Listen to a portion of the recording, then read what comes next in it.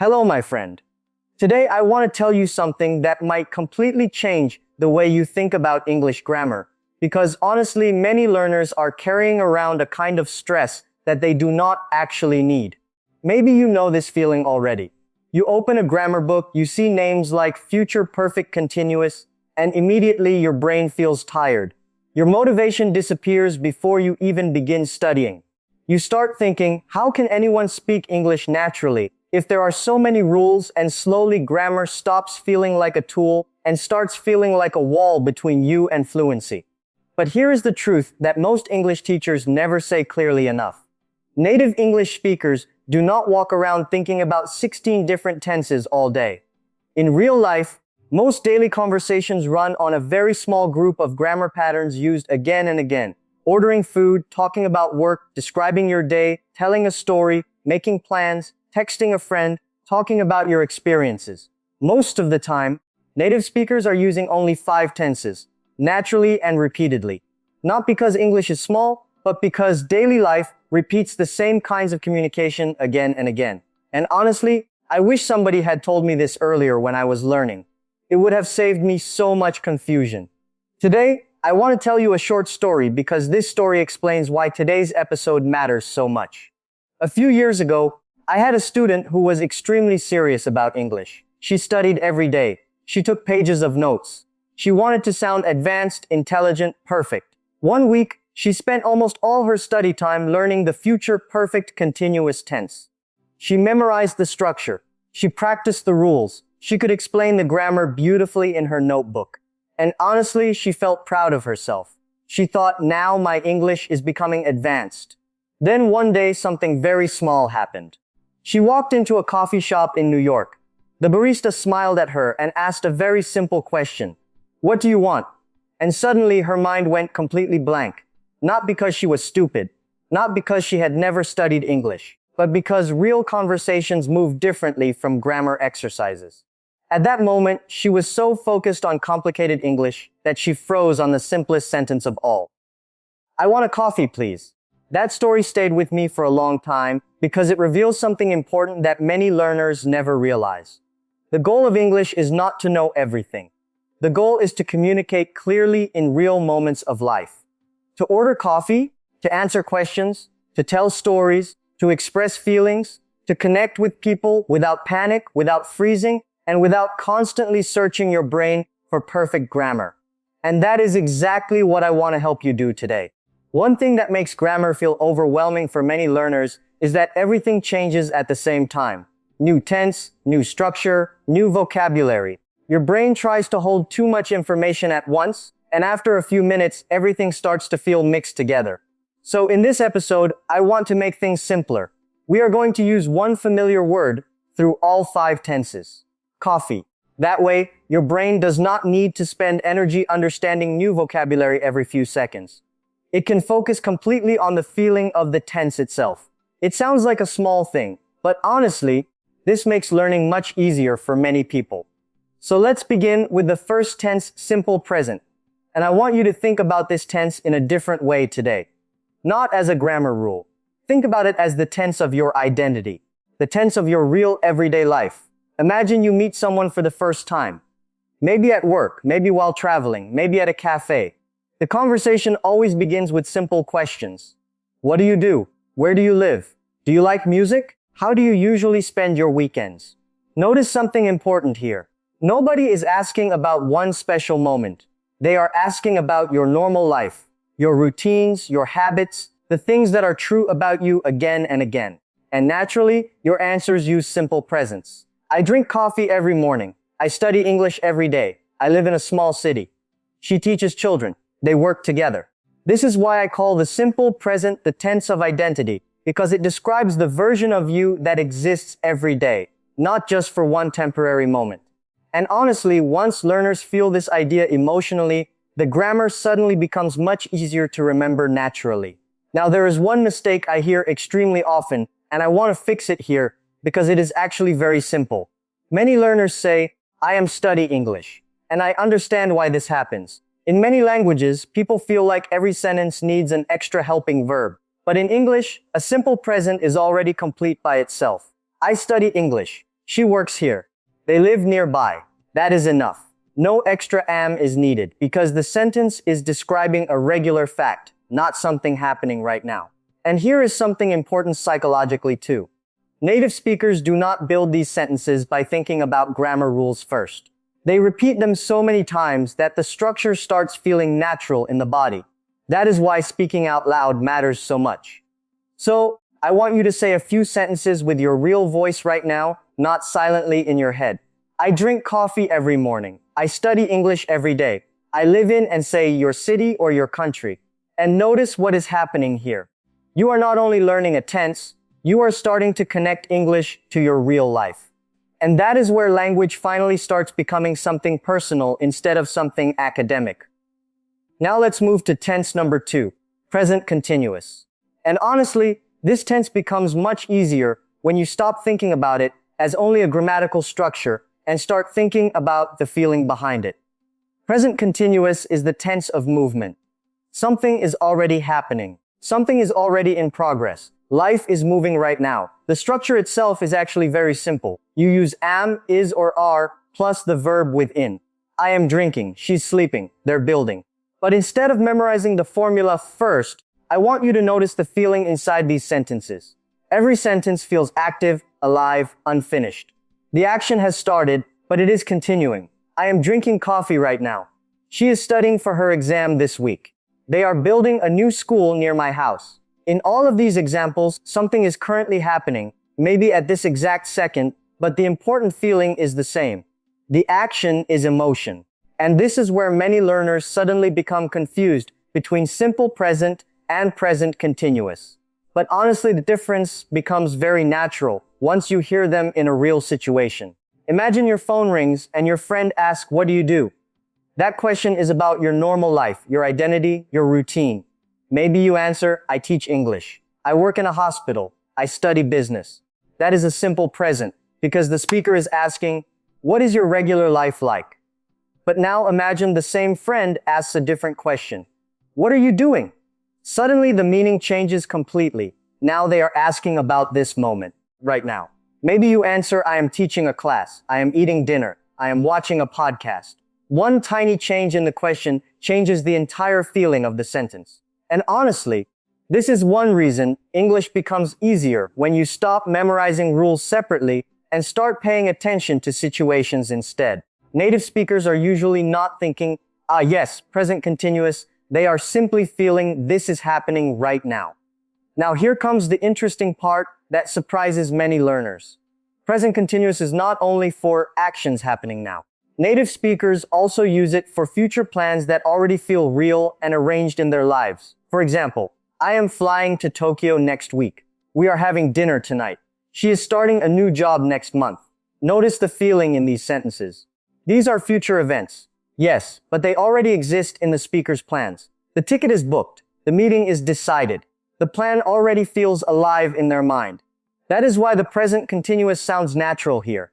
And honestly, this is one of the most useful things to notice if you want your English to sound more natural in conversations. Native speakers often use present continuous when the future already feels organized and real to them emotionally, not just grammatically. So this tense does two important jobs. It describes what is happening now and it describes future plans that already exist in your life. One tense, two very human situations, and once you start noticing that pattern in movies, podcasts, and conversations, you will hear it everywhere. Now let's move to tense number 3, simple past. And honestly, this might be one of the most human tenses in the entire language. I like to call it the storyteller's best friend, because the moment you want to talk about your memories, your experiences, your day, your childhood, your last vacation, or even what happened 5 minutes ago, you need a simple past. Without this tense, it becomes very difficult to tell your life to another person. I drank coffee this morning. She called me last night. We had a great time at the party. I went to the market yesterday and bought vegetables. Notice the feeling inside these sentences. Everything already happened. The moment is finished. Complete simple past takes experiences that have already ended and gives them a place inside language. Strangely, it is the tense that allows memories to become stories. And honestly, This is why the simple past matters so much in real conversations. People naturally tell stories all the time. What happened at work today? What they watched last night? A funny mistake they made? Something embarrassing from childhood? Conversations constantly move between the present and the past. Now, this is usually the point where many learners become frustrated because of irregular verbs. Go becomes went, come becomes came, eat becomes ate, see becomes sought, buy becomes bought. And honestly, if part of you wants to ask why can't English just say go with or eat it, I completely understand that feeling. But here is a simpler way to think about irregular verbs. Do not think about them like grammar formulas. Think about them like old family names that have existed for hundreds of years. They survived from older forms of English, and over time people simply continue using them again and again until they became natural to native speakers. You cannot really fix them logically. You slowly become familiar with them through repetition. Honestly, if you become comfortable using just these common verbs naturally, you can already tell most simple daily stories in English. And here is a practice method that works surprisingly well because it teaches your brain flexibility instead of pure memorization. When you learn one irregular verb, immediately use it in 3 different real sentences. For example, I went to the market, I went home early, I went to school yesterday. Now, your brain stops treating went like isolated information from a vocabulary list. The word starts becoming connected to movement, situations, and real life. And this matters more than people realize because fluency is not built by recognizing grammar during a test. Fluency is built when words begin arriving naturally while you are sharing your life with another person. That is why speaking these sentences out loud matters so much. The more your mouth repeats these patterns in meaningful situations, the less translation your brain needs later. And slowly these verbs stop feeling strange. They start feeling familiar, automatic, and personal. Now, let's move to tense number 4, present perfect. And honestly, this is probably the tense that confuses learners the longest. Many people study it for years and still feel unsure about when to use it. But the interesting thing is this. Once you understand the feeling behind the present perfect, it suddenly becomes much more natural.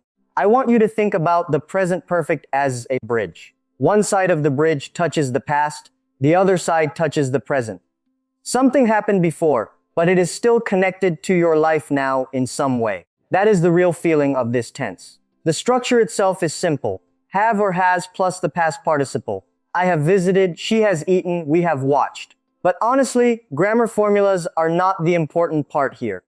The important part is understanding why native speakers choose this tense instead of the simple past. And the answer is surprisingly human. Present perfect is often used when the exact time is not important, or when the past experience still affects the present moment emotionally, physically, or conversationally. Let me show you what I mean with a very normal everyday situation. Imagine your friend asks, "Have you ever tried Korean food?" Notice something important here. Your friend is not asking when exactly did you eat it. They do not care whether it happened last month or 5 years ago. They are asking about your experience as a person, your life experience until now. So naturally you answer, "Yes, I have tried it." Present perfect. But now imagine the conversation continues and your friend asks, "Oh really? When did you try it?" Suddenly the feeling changes. Now the exact time matters. So the tense changes too. I tried it last year when I visited so simple past. And honestly, this is where many learners finally start understanding the relationship between these two tenses. They are not fighting each other. They are working together. The present perfect introduces the experience. The simple past gives the specific time details. They are teammates. And once you feel this pattern emotionally, the present perfect becomes much less mysterious. Now, let me show you a few more examples from real daily conversations, because native speakers use this tense constantly. I have already eaten. The action happened in the past, but the result matters now because someone is offering you food. I have lost my keys. The keys disappeared earlier, but the problem still exists in the present moment. Have you finished your homework? The speaker cares whether the task is complete now, not what time you finished it. I have been to that restaurant. It's amazing. Again, the experience becomes relevant to the current conversation. Notice the pattern connecting all these examples. The past action is still alive in some way inside the present situation. That is why the present perfect feels different from the simple past emotionally. And there is another place where you hear this tense all the time without realizing it. News. The president has announced a new policy. Scientists have discovered something important. Why not the simple past? Because the information still feels fresh, still connected to now, still affecting the present world. And honestly, once your brain starts noticing this emotional pattern, instead of only memorizing rules, you begin hearing the present perfect everywhere, in movies, in interviews, in conversations, even in podcasts exactly like this one.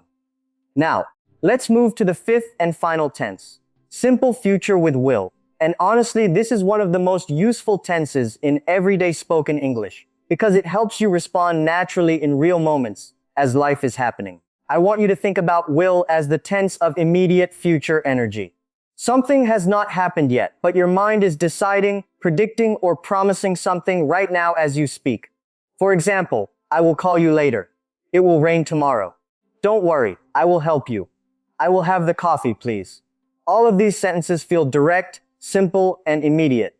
And there is a reason for that. Will is very often used when the decision is happening in the moment of speaking itself.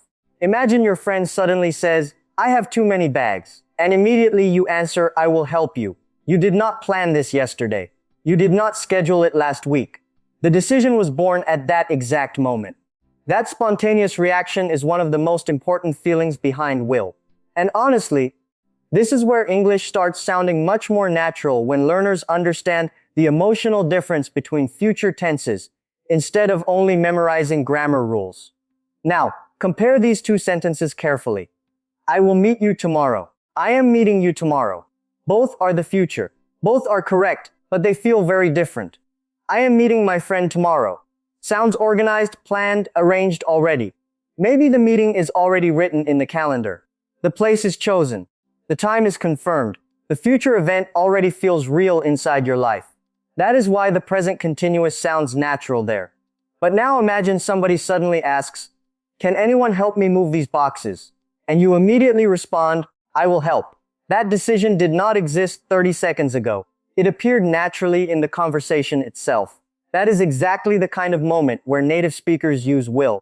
And honestly, many learners use will for almost every future sentence. And that is okay. People will absolutely understand you. Communication still works. But once you begin feeling the difference between a planned future and a spontaneous future, your English starts sounding more alive, more human, more connected to the real emotional rhythm of conversation. Because fluent English is not only about correct grammar. It is also about choosing the tense that matches the feeling of the moment. Now, I want to bring all 5 tenses together as simply and memorably as possible. Same word, same topic. 5 completely different moments in time.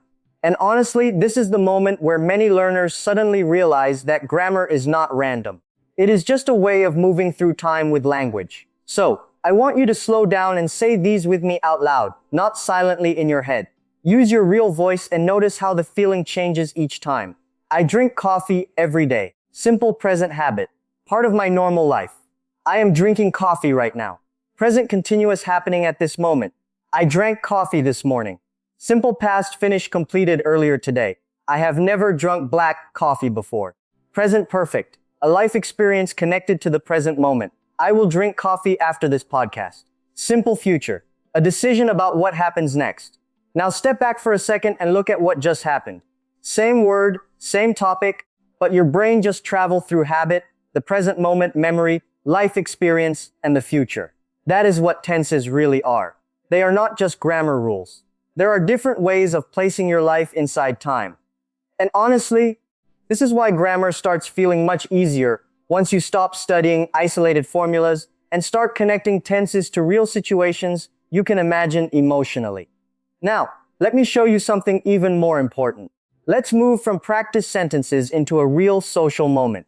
Imagine you're at a party or maybe talking to someone new and they ask you, "Oh, so you speak English?" A lot of learners panic when they hear a question like that because they suddenly start searching for perfect grammar in their heads. But notice what happens when you already understand these 5 tenses naturally. You can simply answer, "Yes, I study English every day. Right now, I am working on my grammar.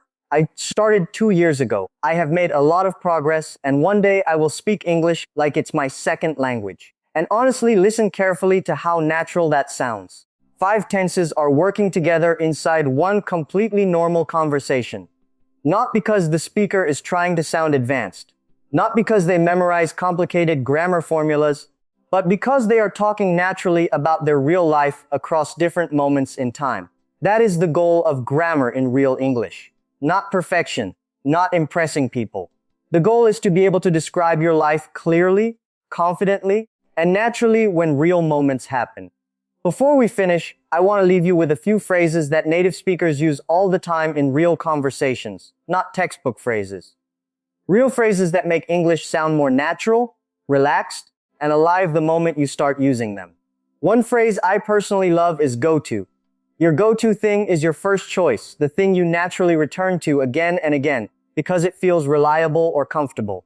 For example, coffee is my go-to drink in the morning, or music is my go-to way to relax after work. And honestly, this phrase appears everywhere in spoken English, because people naturally talk about habits and preferences all the time. Another phrase you heard earlier is in progress. Something has started, but it is still developing, still unfinished. The building is still in progress. My English is still in progress. And I really like that second sentence emotionally, because it reminds people of something important. Fluency is not a final moment where suddenly everything becomes perfect forever. Language grows slowly. A little today, a little tomorrow. Your English does not need to be finished to be real. You also heard the phrase a bridge between. And honestly, this is one of the most useful ways to describe connection and transition in English. Present perfect is a bridge between the past and the present. Or that experience became a bridge between my old life and my new one.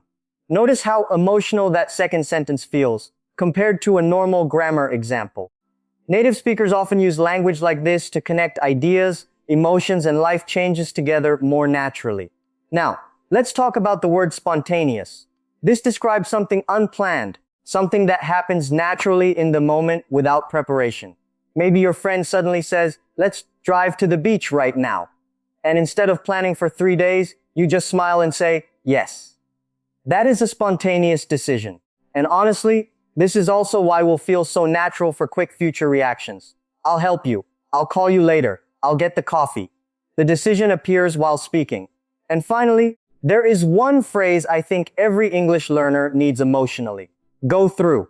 To go through something means to experience it, especially something difficult, uncomfortable, or challenging.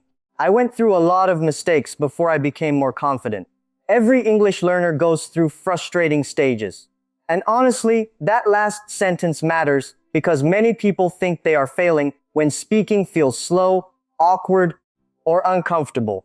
But almost every fluent speaker you admire went through that same stage at some point. The difference is not that they avoided discomfort. The difference is that they kept speaking while going through it. Before we finish, I want to tell you something honestly, because I think many English learners need to hear it. A lot of people spend years feeling overwhelmed by grammar. They jump from one tense to another, trying to learn every complicated structure perfectly before they allow themselves to speak naturally. And somewhere along the way, English starts feeling less like communication and more like an endless exam. But the truth is much simpler than most people realize. In real daily life, native speakers repeat the same core structures again and again. And honestly, there is something deeply freeing about realizing you do not need to master every advanced grammar structure before your English becomes real. You do not need perfect English to connect with people. You need usable English, living English. English that can move with your life naturally.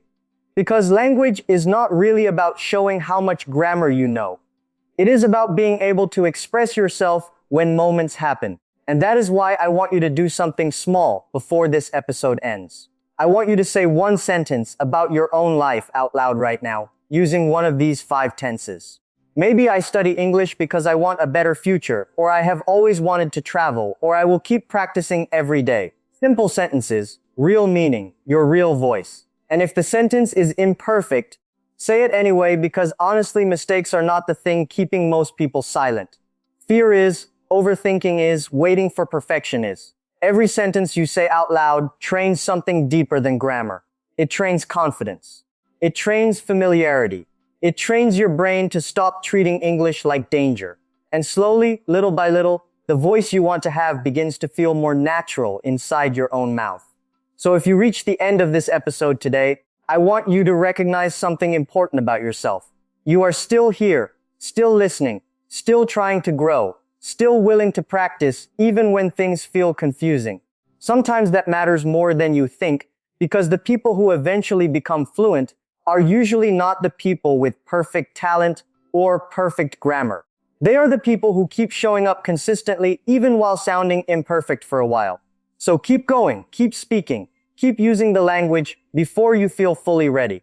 And before we finish, say this with me slowly, out loud, with your real voice.